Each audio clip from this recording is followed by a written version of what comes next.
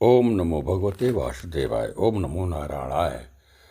वैदिक पंचांग के अनुसार आषाढ़ माह के कृष्ण पक्ष की एकादशी को योगिनी एकादशी के रूप में मनाते हैं। यह एकादशी 2025 में 21 जून को सुबह 7:18 पर शुरू होगी और वहीं यह तिथि का समापन 22 जून को सुबह 4:27 पर इसका समापन होगा। तो स्मार्त ग्रस्त लोग 21 जून को एकादशी का व्रत रखेंगे और वैष्णव संप्रदाय के वैष्णव लोग जो 22 जून को भी एकादशी का व्रत रखेंगे। इस प्रकार से हमारे भारतवर्ष में इस एकादशी का बहुत अधिक महत्व माना गया है। यह भगवान विष्णु को प्रसन्न करने के लिए एकादशी को बहुत शुभ मानते हैं। वैदिक पंचांग के अनुसार भी हम शास्त्रों के जो उसमें वर्णन कथाएं आती हैं, पुराणों में जो वर्णन मिलता है, धार्मिक मान्यता के अनुसार इस व्रत को करने से साधक को जीवन में सभी सुख प्राप्त होते हैं। भगवान विष्णु की कृपा से रुके हुए काम पूरे होते हैं। इस एकादशी के बारे में और जानकारी देते हैं। एकादशी तिथि के दिन दान करने का बहुत विशेष महत्व है। वैसे तो एक योगिनी एकादशी के दिन पूजा करें और मंदिर या गरीब लोगों को अन्न, धन और कपड़े आदि वस्तुओं का दान करना चाहिए। धार्मिक मान्यता के अनुसार इन चीज़ों का दान करने से साधक को धन की प्राप्ति होती है, साथ ही माँ लक्ष्मी की प्रसन्नता होती है। और एकादशी के दिन माँ तुलसी की पूजा अर्चना करने का विधान है। तो ऐसे में इस तिथि पर तुलसी के पास दीपक जलाना चाहिए और दीप दान करना चाहिए। बेल पत्र के वृक्ष के नीचे भी और पीपल के वृक्ष के नीचे भी, उधर भी हम दीप दान कर सकते हैं। मंदिर में भगवान विष्णु लक्ष्मी नारायण के मंदिर में दीप दान तो करते ही हैं। घर में भी सालिग्राम को उनको नहला करके तुलसी दल उन पर चढ़ाते हैं। षोडशोपचार से हम उनको पूजन करना चाहिए। हिंदू पंचांग में इसका बहुत अधिक वर्णन मिलता है। तो इस प्रकार से श्री हरि की कृपा प्राप्त करने के लिए स्कंद पुराण में कुछ वर्णन मिलता है। अलकापुरी के राजा कुबेर के रसोइया था वो हेमामाली ने अपने कर्तव्यों की अवहेलना करके रुद्र द्रव्य की चोरी की। उसके इस पाप के कारण उसे कोढ़ हो गया। वह धरती पर कष्ट झेलने के बाद बहुत कष्ट तो उसी समय कष्ट झेल रहा था, कष्टों में जीवन व्यतीत कर रहा था और नारद मुनि उनको मिल गए। न तो नारद मुनि जब उनको मिल गए तो योगिनी एकादशी का व्रत नारद मुनि के कहने पर उसने किया तो कोढ़ से मुक्ति मिल गई। यानी निरोग स्वस्थ रहने के लिए एकादशी बहुत महत्वपूर्ण है। पुनः दिव्य शरीर को प्राप्त हुआ। इस पावन अवसर पर श्रद्धालु उपवास रख कर श्री हरि विष्णु भगवान की पूजा आराधना उनको करना चाहिए। इस योगिनी एकादशी के व्रत करने से व्यक्ति को समस्त पापों से मुक्ति मिल जाती है। रोग, दरिद्रता और दुख का कलंक नाश हो जाता है।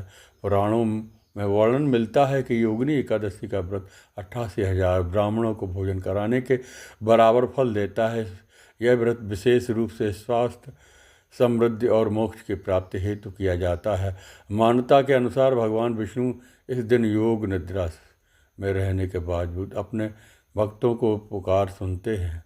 वो क्योंकि अभी मलमास प्रारंभ होने वाला है, भगवान विष्णु योग निद्रा में चले जाएंगे। अभी योगिनी एकादशी में जो इस दान का महत्व है, षोडशोपचार पूजन करें और उनका जो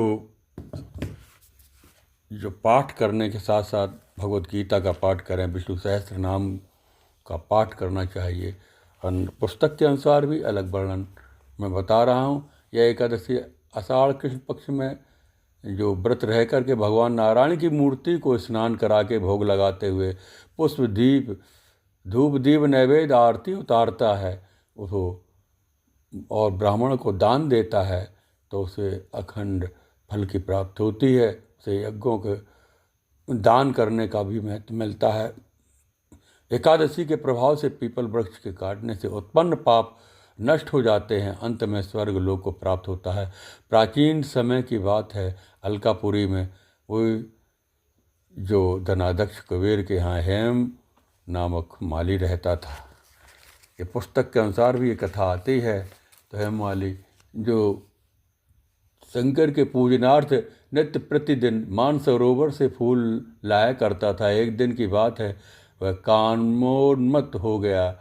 काम वासना के वशीभूत होकर के स्त्री के साथ स्वच्छंद विहार करने के कारण फूल लाने में प्रमाद कर बैठा। कुबेर के दरबार में विलंब से पहुंचा तो क्रोधी कुबेर के श्राप से वह कोढ़ी हो गया।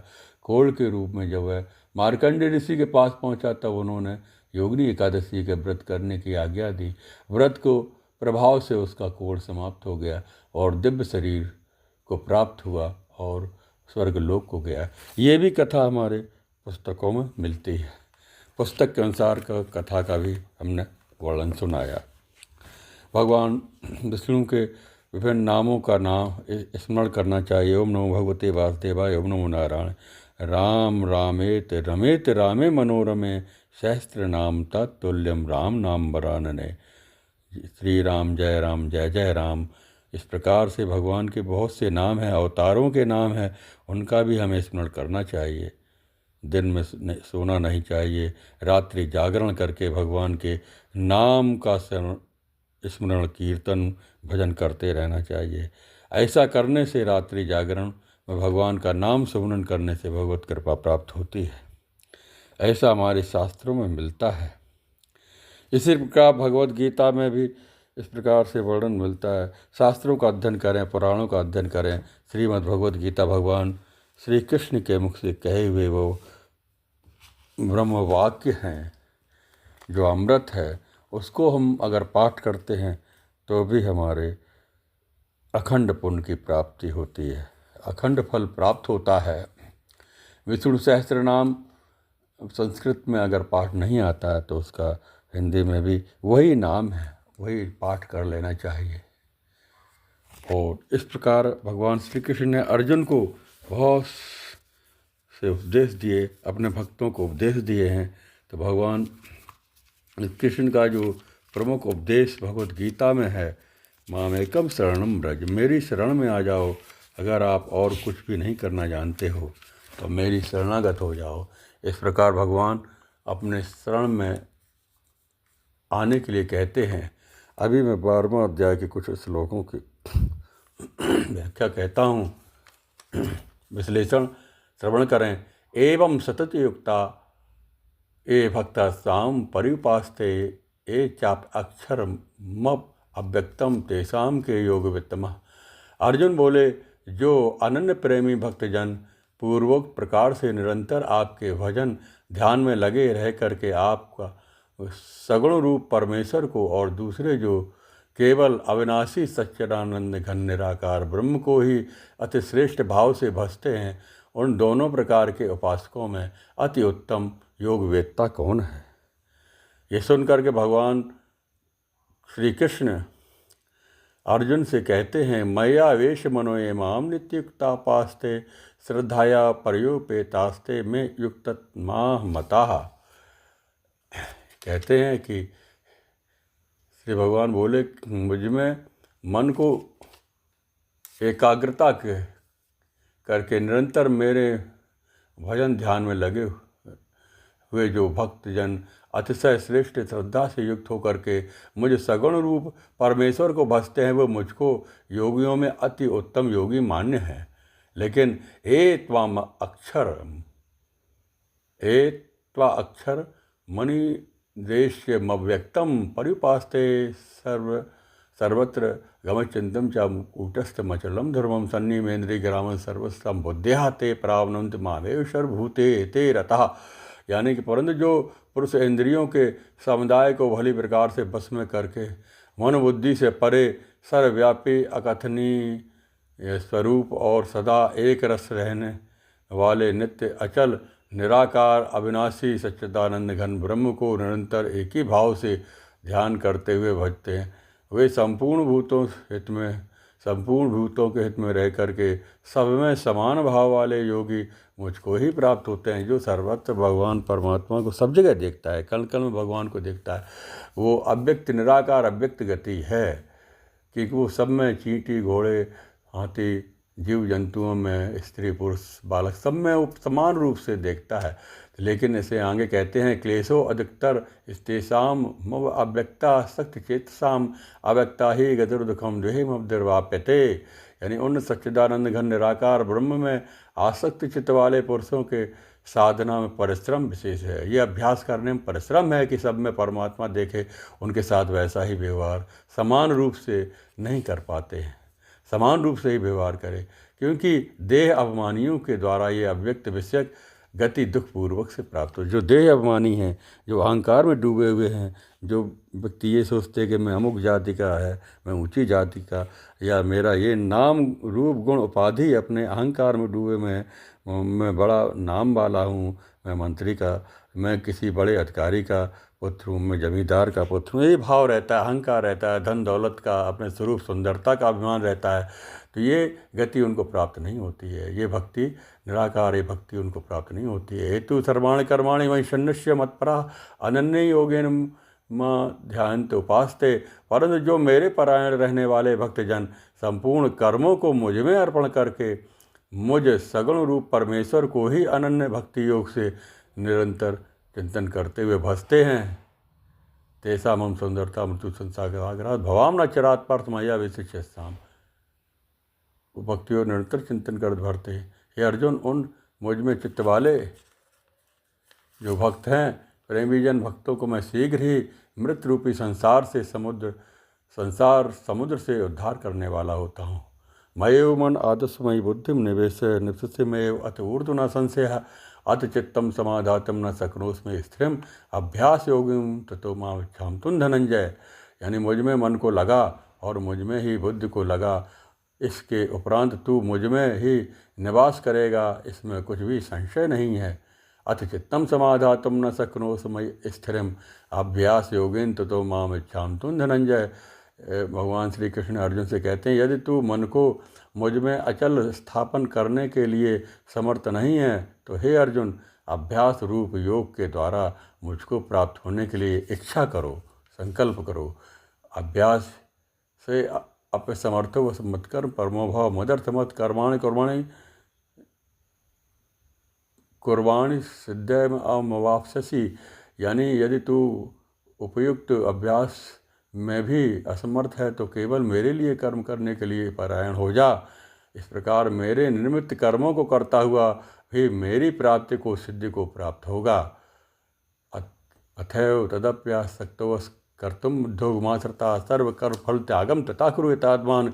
और आगे बताते हैं 12वें अध्याय की ये विश्लेषण है, भावार्थ है भगवद गीता का। यदि मेरी प्राप्ति रूप योग के आश्रित होकर के उपर्युक्त साधन को करने में भी तू असमर्थ है तो मन बुद्धि आदि के पर विजय प्राप्त करके करने वाला होकर के सब कर्मों को फल को त्याग कर दे। श्रेयो ही ज्ञानाद अभ्यास ज्ञानाद ध्यान विशिष्टते ध्यानात् कर्मफल त्यागस्ता गच्छन्त्यनन्तरम। मर्म को न जान कर किए हुए अभ्यास से ज्ञान श्रेष्ठ है और ज्ञान से मुझ परमेश्वर के स्वरूप का ध्यान श्रेष्ठ है और ध्यान से भी सब कर्मों के फल का त्याग श्रेष्ठ है। यानी एक फार्मूला दे दिया है, श्रेष्ठ है यानी ज्ञान श्रेष्ठ है, ज्ञान से भी ध्यान श्रेष्ठ है और किसी को जानकर उसका ध्यान करो, ध्यान से भी कर्म फल की इच्छा छोड़ दे, वो और श्रेष्ठ माना गया है, क्योंकि त्याग से तत्काल ही परम शांति मिल जाती है। अधिष्ठा सर्वभूतानां मैत्र एवचा निर्मो निरहंकारा समादुखा सुख क्षमी संतुष्टा सतम योगी यतात्मा दृढ़ निश्चय मया अर्पित मनोबुद्धिर्यो मद्भक्ता सा में प्रिया।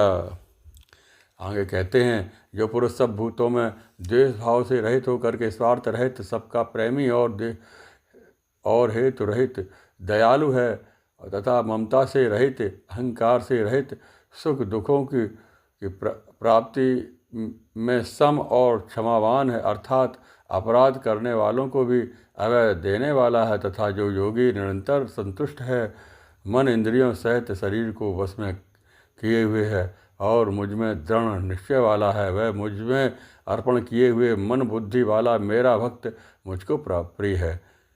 यस्मान्य दुस्ते लोको लोकान्य दुस्ते यह हर्षमर्ष में यो द्वैगैर मुक्तो साचा में प्रिया।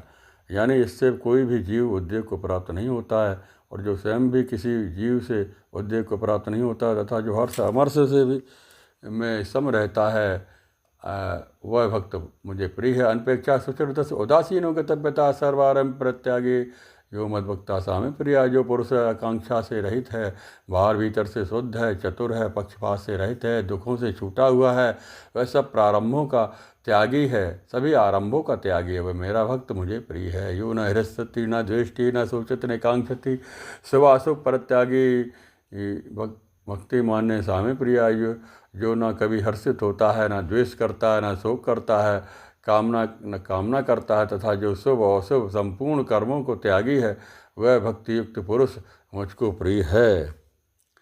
समा शत्रु च मित्रे मान अपमान यो शीतोष्ण दुखे समा संग विवर्जिता। जो शत्रु मित्र में और मान अपमान में सम है तथा सर्दी गर्मी और सुख दुखादि द्वंद्वों में सम है और आसक्ति से रहित है।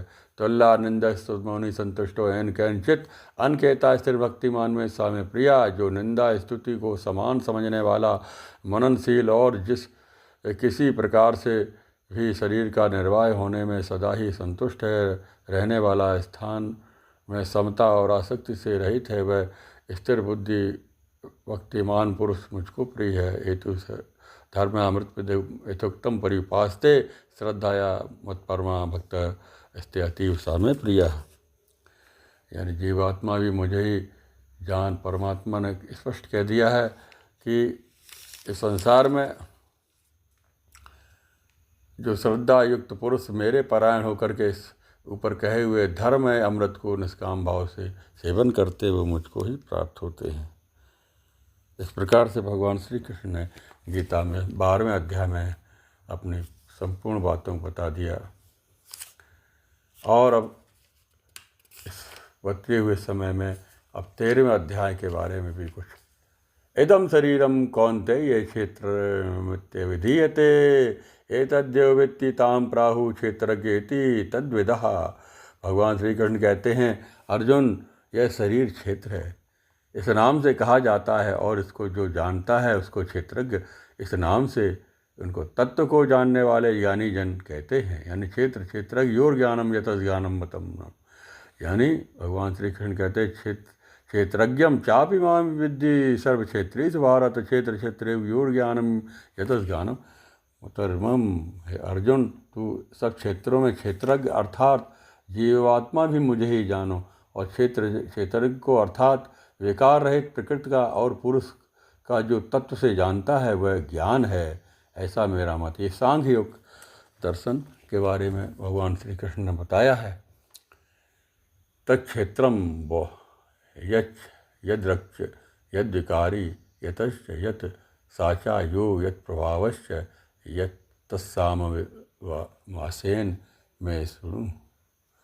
यानी अब इसको हिंदी में ही इसका अनुवाद कहता हूँ कि यह क्षेत्र और जो और जैसा जिन विकारों वाला है, जिस कारण से जो हुआ है, तथा वह क्षेत्रज्ञ भी जो और जिस प्रभाव वाला है, वैसा संक्षेप में मुझसे सुनो। यह क्षेत्र और क्षेत्रज्ञ का तत्व ऋषियों द्वारा बहुत प्रकार से कहा गया है और विविध वेद मंत्रों द्वारा भी विभाग पूर्वक कहा गया है तथा भली भांति निश्चय किए हुए युक्त युक्त ब्रह्मसूत्र के पदों द्वारा भी कहा गया है। पांच चित जल पावक गगन समीर, पंच तत्व, 5 महाभूत, 5 कर्मेंद्रियाँ, ज्ञानेंद्रिया, मन बुद्धि चित्त और अहंकार, और उसका मन, इसको चलाने वाला आत्मा हमारे हृदय में रहता है।